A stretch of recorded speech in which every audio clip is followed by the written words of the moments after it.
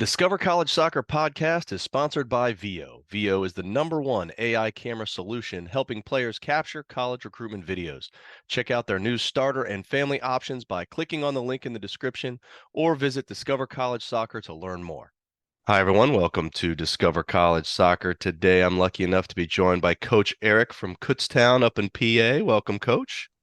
Thanks, Matt. Well, thanks for having me. Appreciate it. Look forward to Yeah, talking to you today. yeah, me too. I grew up in Ohio, so I was always familiar with all the PSAC, the big D2 conference up there.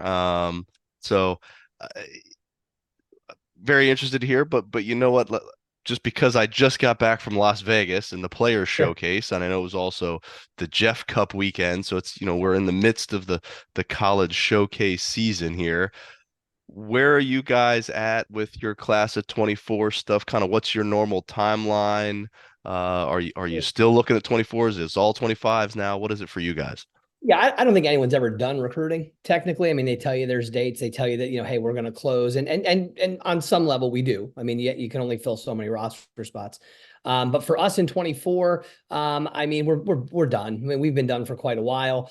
25, we're actively recruiting. I mean, recruiting has changed a tremendous amount, especially in the last 5 years. Clubs have employed college prep directors. A lot more people are meddling in the recruits processes. So a lot of people don't know where to go, where to turn. And ironically, there's still a lot of misinformation out there about the process, even though schools go through it differently.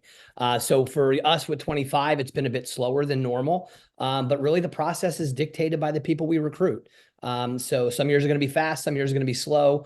25 has been a bit slower than most classes, but that's just where we're at in this process in this recruiting cycle. Well, you mentioned, kind of depends on the roster stuff, but so is there a roster size that you find as ideal that you're trying to hit each season? I really like to be between 28 and 32. I know that seems high because a lot of youth soccer organizations or state associations only let older teams roster 18 to 22. That's just not ideal in college, and it's rare that you're going to find programs. And with the higher education being in the situation it is, you're going to find a lot of schools, public and private, at some point may go to JV style programs where they bring in 40, 50, 60 kids. That's not uncommon. And parents and players are kind of shocked by that. At Kutztown, we're fortunate. We're not in that position. So we're only looking at about 28 to 32 per year. We will hit a COVID bubble this year because we did have a number of fifth-year seniors decide to stay, which we're very excited about. But that'll give us a bit of a larger roster for 24. And then once we hit the end of the season, we're going to lose like almost 50% of our team to graduation. So 20. Well, the spring of 24 or 25 will be very, very light. Wow, okay. Well, I mentioned a couple different showcases, but are any of those ones that you like to attend, or what are the big events that you like to attend to see players at? Well, I think it's changing because, the Jeff Cup this year was great, great experience, but there's 19 complexes. So it's like, no matter how many staff members you have on the road, it's incredibly difficult to navigate. And the other thing that you run into is, when you sign up for these recruiting events, you get a lot of emails. We all do. And we're certainly grateful for that. However, how do you really know those kids are truly interested? How do you know they're not being told to reach out to a bunch of different schools at Division 1, 2, and 3 levels just so you get? So it's hard for us to navigate who's truly interested. The showcases are great. There are a number of really good ones. We're trying to do a little bit more through our ID clinics because I think that kind of filters out some of the kids who are just writing to write versus the kids who are actually truly interested in our program. So we are doing a little bit more through our ID clinic. We're seeing about 60-ish% of our incoming classes come from our ID clinics. And then what we do is if they're there, they perform well, we send them an email and say, hey, great job. Send us your tournament ID and your college showcase schedule. We'll come out, take another look in a more competitive environment. And then we kind of go through our process like that. Not to say that we're not going to find good kids sight unseen just going to a showcase event. That still does happen. And there are a lot of good players. And there are a lot of good showcases, but now you also have a lot of different leagues at the youth level. So leagues are running events, showcases have events. It's almost overwhelming to really decide how are we going to navigate the recruiting process as coaches. Yeah, for sure. Well, whether it's at an ID clinic or a showcase, kind of what makes up the hierarchy of things that you're looking for in a player, both on the field and off? Yeah, I mean, I think, we're always looking for people that have a combination of tremendous athleticism, pace, physicality, but are also technical, can also play a bit. And I think what you look for is, when you find the player who has all of those things and they're really, really good, they're typically going to a Power Five school. So, so really we're looking for someone who can, check all the boxes in terms of technical ability, athleticism, pace, physicality. But if they have one or two things that shine a little brighter than those other pieces, as long as those other pieces are still there, there's usually an interest. I mean, our conference, as you kind of alluded to in the beginning of the conversation, the Pennsylvania State Athletic Conference is the real deal. I came to Kutztown from Bowling Green State University in Ohio, and I look at that as a mid-major Division I program. The quality of the play in the PSAC is not that far off. I mean, the teams are incredibly gifted. There's great athletes, there's great coaches in the conference, and it's top to bottom. So we're really looking at kids who will fit at a lot of mid-major Division I schools. So the process for us, I think, in our conference and other conferences as well, Division II or III, becomes very, very competitive because you're also up against a lot of mid-major and lower level Division I institutions when it comes to getting really good quality players. Yeah, oh, absolutely. Well, one of the things that seems a little more prevalent, especially on D2 rosters these days, is international players, Sure. which is something that's oddly enough missing from the Kutztown roster I see. But how does international recruiting, the transfer portal, junior colleges, let's just call it the non-traditional recruiting, how does that fit in for you guys? Well, I do think, well, first off, internationally, on the women's side for Division II, I don't think it's as heavy, especially not in the PSAC. The men's side, I think it's a different story. So we do not, we just don't really dip into the international market. Not that there's not good players there. I think we have a lot of really good talent in the United States. I think we have a lot of really good talent in the Northeast. So we don't have to search that far, I don't think. And not to say these international players couldn't come in and make an immediate impact in our programs. We just have never really gone down the route of trying to recruit internationally for whatever reason. But I do think obviously in the men's side it's a little bit different. They're a little bit more heavy on in Division II in the international side. The transfer portal is going to change recruiting, I think, across the country. We have not gone too deep in the transfer portal. Oh, this past year we did have a couple of players that did transfer in. But I think what's happening now is with different rules in terms of being able to transfer more frequently without, outside of the 1 year exception. It looks like people are going to be able to transfer kind of whenever they want to. I think what's going to end up happening is I think coaches will ultimately look to fill classes on both ends. They're going to recruit traditional high school seniors, but they're also going to look, in the transfer portal. And I think, I don't know that we'll do that. I'm not 100% sure, but it does look like it's starting to kind of infiltrate its way into our recruiting process a little bit more than it did even 2-3 years ago.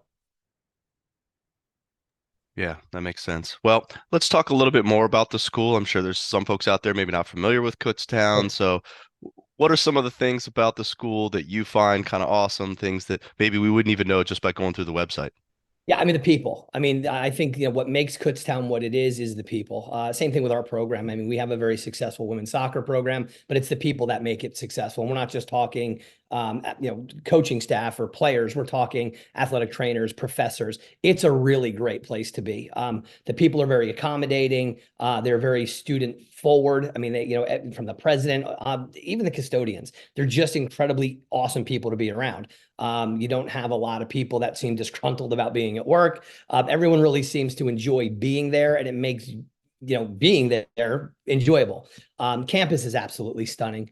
It's a really nice size. It's a mid-sized school. Has a really good on-campus population. And our off-campus, commuter population are all basically in the town of Kutztown. So this is as true of a college town as you really can get. And the location, although it seems in a weird pocket of Berks County, we're right outside the Lehigh Valley.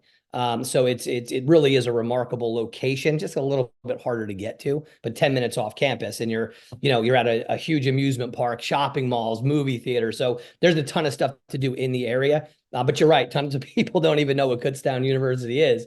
or they've never heard of it. So, yeah, it really is the people. If I'm picking one thing, the people make it really what it is. Well, one of the things that can be tough for people just going into college, especially playing a sport, is really balancing their studies and their sport. So at Kutztown, how do your players really manage the demands of being a high level soccer program as well as keeping an eye on their studies? And what kind of support systems does the school offer to make sure they're successful? Yeah, I mean, we've done a lot. I mean, the one thing that I think is really nice about Division II across the country is there is a balance. And Division I is great, and I coach at that level, and I've enjoyed it immensely. But you're seeing it even with conference changes, where you've got teams that are going to be flying across the country for a midweek tennis match. In our conference, we're basically at our competitions and home the same night. So with our school, for example, we have a lot of science majors. It's a very big program at Kutztown. It's very competitive. Our kids aren't missing a ton of labs. They're not stressed out for having to make things up or trying to find ways to get their lab hours in. It's pretty easy because yes, we're in a highly competitive conference, but everybody's within an hour to 3 hours away. So we're not doing a ton of overnight travel. So I think that takes some burden off of the student athlete when they're not on a bus or on a plane constantly and really kind of traveling more than they're on campus or in class. So I think that in itself is hugely helpful. But in terms of the academic support structure, I mean, it mirrors what a lot of these mid-major Division I schools have. We have an academic success center where students can go for tutoring, proofreading of papers. We have individual people on campus that we can talk to from everything from the Disability Services Center to the registrar's office, admissions. So there's always a liaison in every department where we can kind of reach out and say, hey, this student athlete needs some help. The other thing that we've used, and I think a lot of schools are using, is something called Starfish, which is a kind of an online, like a workflow portal where everybody, or even students, can kind of log in and say, look, I need help with this class. And once they do that, everybody gets notifications that need it so that we know that that student can get help, whether it's tutoring, meeting with a professor, and it gives you reminders if this isn't like if the request isn't sorted out and solved right away. So we've done it kind of online, and it's been really, really nice because absolutely nothing falls through the cracks whatsoever. But it makes the personal connection sometimes a little bit difficult because you don't have to step in anybody's office to do anything. You just log into an app, hit a button, and everybody knows what you need, and you get it right away. So, but it's made the academic support process for us seamless and instant, really, for all of our student athletes. All right, awesome. Well, let's rewind, take us back to October. You're kind of in the heart of the conference season. Can you walk me through what a typical week is going to look like for your players? When is classes, practices, meals, the game cadence? What does a typical week look like for a player? Sure. So for us, I mean, we typically do our training sessions 4:30 to we have the block of time from 4 to 6:30. We're never on the field for more than, I would say, an hour and 20 hour and 30 minutes max in season. Sessions typically run really, really quick, and they're really, really sharp. Girls are typically in the class, in classes between like 9 and 1, 9 and 11, depending on which days they're taking it, but they're, they do have conflict avoidance scheduling. So they do get priority registration. So they're able to pick classes early so they can avoid any of those conflicts. For us, games are Wednesday, Saturday. We're always giving our kids off on Sunday. They have to be given off 1 day per week. So we typically, Sunday just tends to be a really, really good day. So we give them off on Sunday. Monday is our more intense training session day. They do lift also in the fall, which is a lot of just kind of maintenance work, recovery, stretching, mobility type stuff, and injury prevention. So we're working in a periodization model of training. So we're taking into account how they feel a lot more than we're taking into account what they need on the field. We cover a lot of that stuff in preseason, to be honest. So we're really trying to maintain the workload so they're not overworked, overtrained, exhausted, because we want them in that time frame, that middle, late October, to feel really fit, not really fatigued. So sessions are short and sharp, and that's more intense Monday, lighter Tuesday, game Wednesday, recovery Thursday, light again on Friday, game Saturday, off Sunday is basically what it looks like. Yeah, that's gotta love the compact college soccer schedule in the fall. It's just fun for all. Well, let's talk a little bit more actually, about the soccer side of things. And We talked about roster size earlier, but what about staff size? How many staff do you have? What roles does Sure. everybody play? What kind of support staff maybe are in the athletic department that help with the team? What's that look like? Right. So we just had the luxury of hiring a full-time assistant coach, and now she's been with us now going on 3 years. So we are one of only, I believe, two schools in the eastern part of our conference, because our conference is divided east and west, with a full-time assistant women's soccer coach. And our responsibilities are 100% soccer. We don't teach courses. We're there for the student athletes. So the support system is great, and my assistant coach has a background in strength and conditioning and sports psychology. So we do use that to help also kind of, train our players from the mental strength standpoint, so that they have tools that they need mentally to kind of deal with the challenges of our conference, to deal with the challenges of our program. Things like positive self-talk, avoiding that fear of failure kind of complex. So we try to take kind of more holistic approach to make sure that what we're providing our student athletes, from a training and development standpoint, isn't just in the weight room, where we have two full-time strength and conditioning coaches, not on the field, but also mentally. How do I deal with all of the pressure I might put on myself? How do I get myself to play in an environment where everybody is very talented and very, very good? And obviously we always communicate with our players that, the open door policy, which most coaches do anyway. And it's a very collaborative type of effort with our players. I think we're definitely all on the same page. We're all there for the right reasons. We all want to competing for the right things. So it's a really good environment, I think, unique to anything I've been a part of as a head coach or an assistant, where I think you have two full-time coaches kind of working in collaboration with your roster and with your team to make sure that we are providing everything that we need from on and off the field, physical conditioning, tactical awareness, mental strength, to make sure that they're the best versions of themselves. Yeah, no, that's terrific. Well, in terms of you specifically as the head man, how would you describe kind of your style of coaching and the style of play that you're looking to implement there? It evolves. I'm not gonna implement something that doesn't work for the group I have. I mean, I can tell you that the last couple of years I've really enjoyed the way we've tried to play. But I can't tell you that next year it's going to work for that group.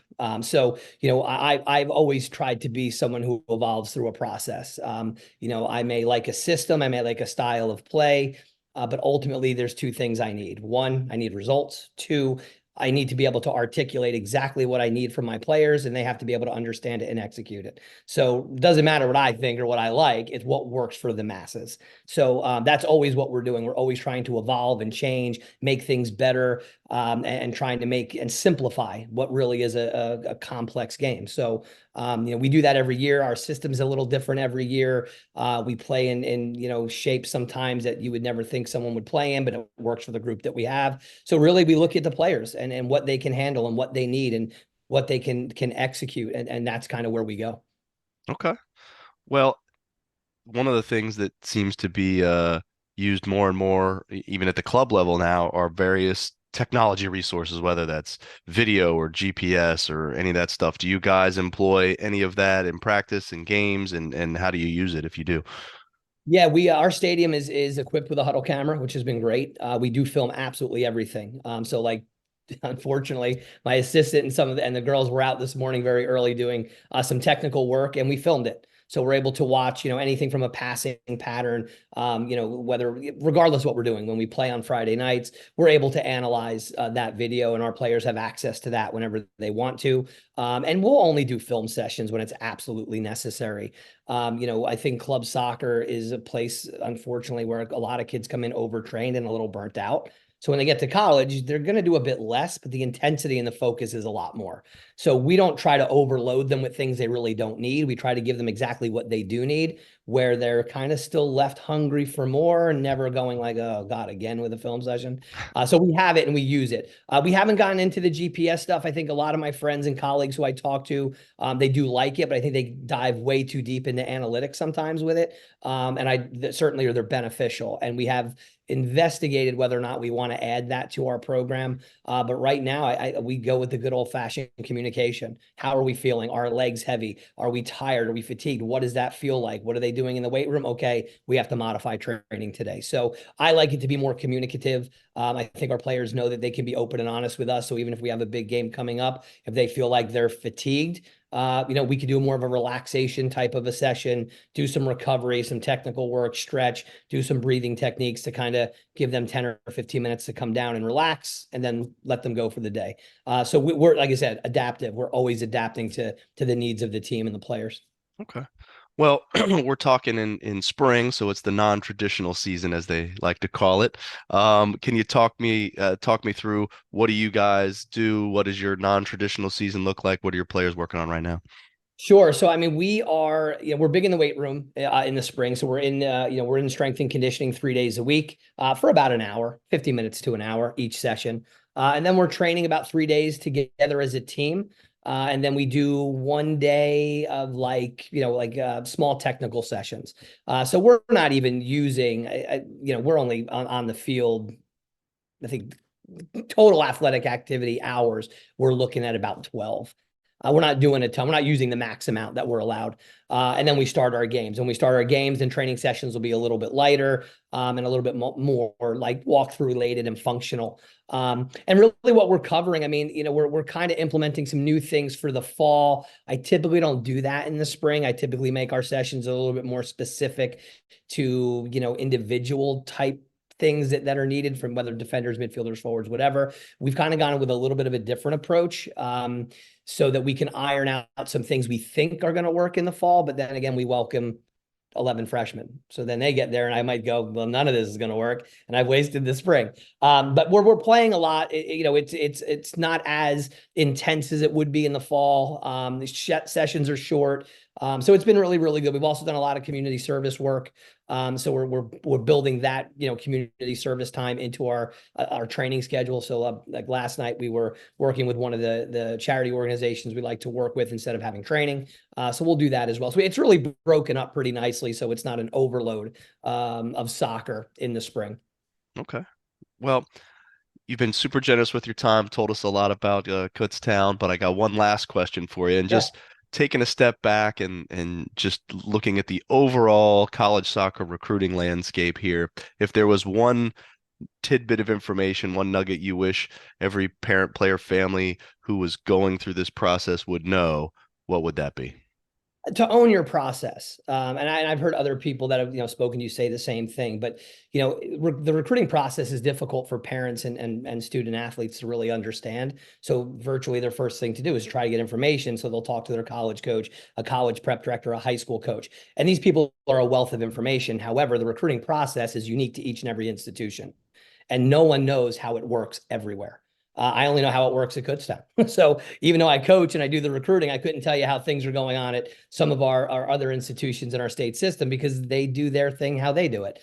So I think players have to own their process. They have to do the research. They have to have an idea what they're looking for. They can't rely on outside people to say, oh, that's a great fit for you, because ultimately those people don't go to college with you. You have to be comfortable with where you're going to be. You have to be comfortable with the academic offerings, with the coaching staff, with the location. It has to feel right for you, the student athlete. And then the parents have to say, okay, financially, can we make this work? And I think that's the two people that get involved. The second you take a complex process like recruiting and you add all this complexity with people's ideas and input, it just makes everything slow down and it makes it much more stressful. So I think the players and the parents really have to work to be, just researched and ready and know what they're looking for and have an idea and visit the college, the club soccer landscape right now. I mean, there are practices 3 times a week, the events every weekend. These kids have to get on campus. They have to see places, and doing it, on a weekend isn't always best because schools aren't always active on the weekends. We're doing it during a holiday period, not always the best time. They're going to need time during the week. And they also have to go to school. I mean, who would have thought? But yeah, they need more time to be able to go out, see places so they can make really good informed decisions. So own your process is really what I'm saying. Yeah, absolutely. Couldn't agree more. Well, Coach, really appreciate the time. Wish you the best of luck finishing up the spring season and on to the fall. Thanks, Matt. Appreciate it, man. It was good talking to you. Likewise. Take care. Hi, everybody. It's Matt from Discover College Soccer. I hope you're enjoying the podcast, whether that's on YouTube or your favorite podcast platform. Don't forget to hit the subscribe button. I also wanted to let you know about the Discover College Soccer Study Table. This is our brand new online portal that is complete with a 14-part online course giving you all of the ins and outs of the college soccer recruiting process. There's also a wealth of resources such as checklists, templates. There's the spreadsheets that have every soccer program in the country along with their coaches, their contact information, their social media information, some basic stats about the school, and more. Plus, there's an online community where you can ask your questions, share your wins, your losses, any questions that you may have around the college soccer recruiting process. It's all there at the Discover College Soccer study table that you can find at discovercollegesoccer.com/study table, and hopefully we will see you there.